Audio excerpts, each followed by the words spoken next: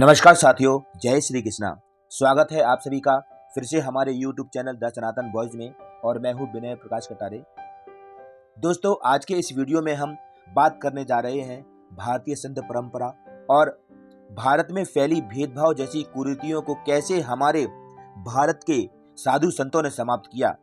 दोस्तों, इस पृथ्वी पर भगवान तो कभी कभी अवतार लेते हैं, किंतु साधु संत नित्य अवतारी हैं। विगत 1000 वर्ष में भारतवर्ष की संत परंपरा समाज के स्वाभाविक जागरण की देन है। इसमें भक्ति के साथ साथ अपेक्षित वर्ग की पीड़ा और उनके मन की इच्छाओं को व्यक्त किया गया है। दोस्तों, हिंदू समाज में प्रभु की भक्ति का बड़ा ही महत्व है। संपूर्ण सृष्टि प्रभु की असीम लीला का ही एक छोटा भाग है। नारद को हम भक्ति के आदि पुरुष के रूप में मानते हैं। वे विष्णु के भक्त हैं तथा तीनों लोकों में वीणा बजाते हुए प्रभु के नाम का गुणगान करते हैं और उसी आनंद में डूबे रहते हैं। भक्ति भाव किसी भी भेदभाव को नहीं मानता। संपूर्ण जन चेतन में उसी दिव्य स्वरूप ईश्वर की अनुभूति करना ही भक्ति है। जो भी कुछ हो रहा है वह सब ईश्वर की इच्छा से ही हो रहा है। सभी प्राणियों के अंदर उसी परमात्मा का निवास है। ईश्वर की भक्ति कोई भी भेदभाव स्वीकार नहीं करती। छोटा बड़ा, अमीर गरीब और सभी धर्म जातियों के लोग प्रभु के सम्मुख समान हैं। दोस्तों, भारत में भक्तों की श्रृंखला हजारों वर्षों से भक्ति के भाव में डूबे संतों की लंबी परंपरा चली आ रही है। इसमें सभी जातियों के और सभी वर्णों के लोग आते हैं। इनमें नायनमार, आलवार, रामानुजाचार्य, वल्लभाचार्य, नरसिंह मेहता, कबीरदास, रसखान, शंकरदेव, संत रैदास, चैतन्य महाप्रभु, मीराबाई, सूरदास, ज्ञानेश्वर, तुकाराम, बसवेश्वर, पुरंदरदास, कंबर आदि संतों की श्रृंखला अखंड है। भक्ति भाव में डूबे इन महान संतों ने भक्ति की एक ऐसी धारा प्रवाहित की जिसमें जाति पाति का कोई स्थान ही नहीं था। तभी तो कृष्ण की अनन्य भक्त और अद्वितीय साध्वी कही जाने वाली मीराबाई संत रैदास की शिष्या बन गई।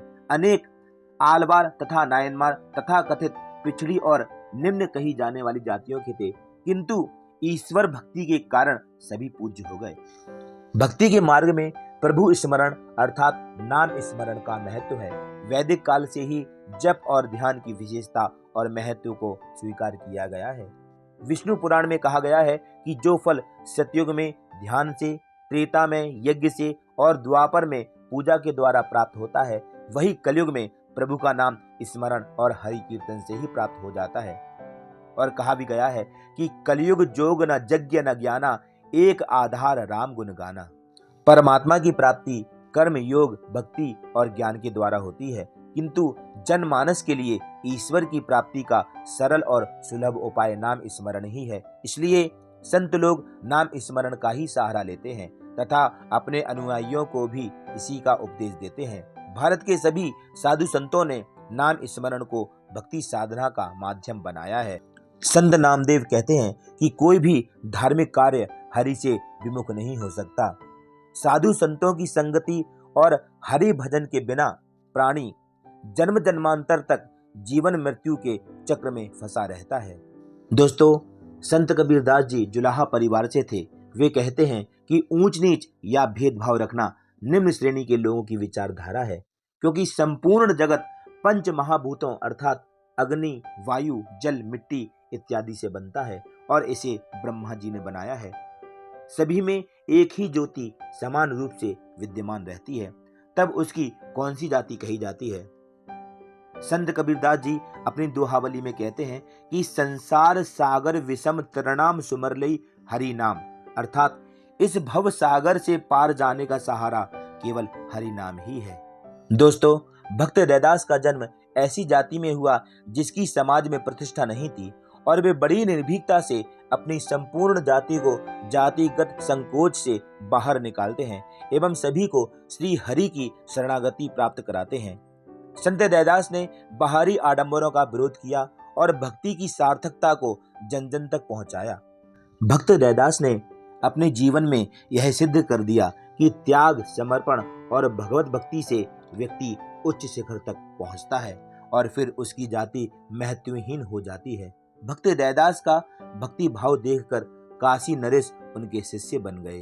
गोस्वामी तुलसीदास जी कहते हैं कि भक्ति के क्षेत्र में प्रभु का नाम लेने वाला चांडाल भी प्रभु का नाम ना लेने वाले उच्च कुल के व्यक्ति से कहीं अधिक श्रेष्ठ है।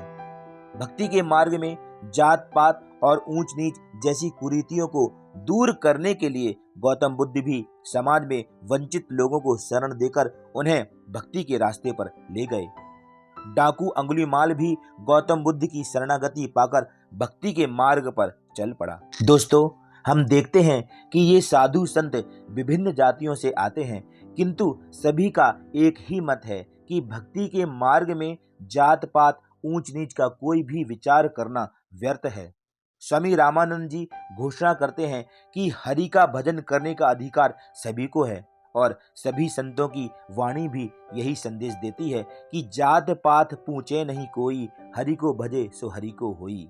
दोस्तों, संत का व्यापक अर्थ होता है शांत सदाचारी, ईश्वर भक्त, परोपकारी, पवित्र आत्मा, महात्मा आदि।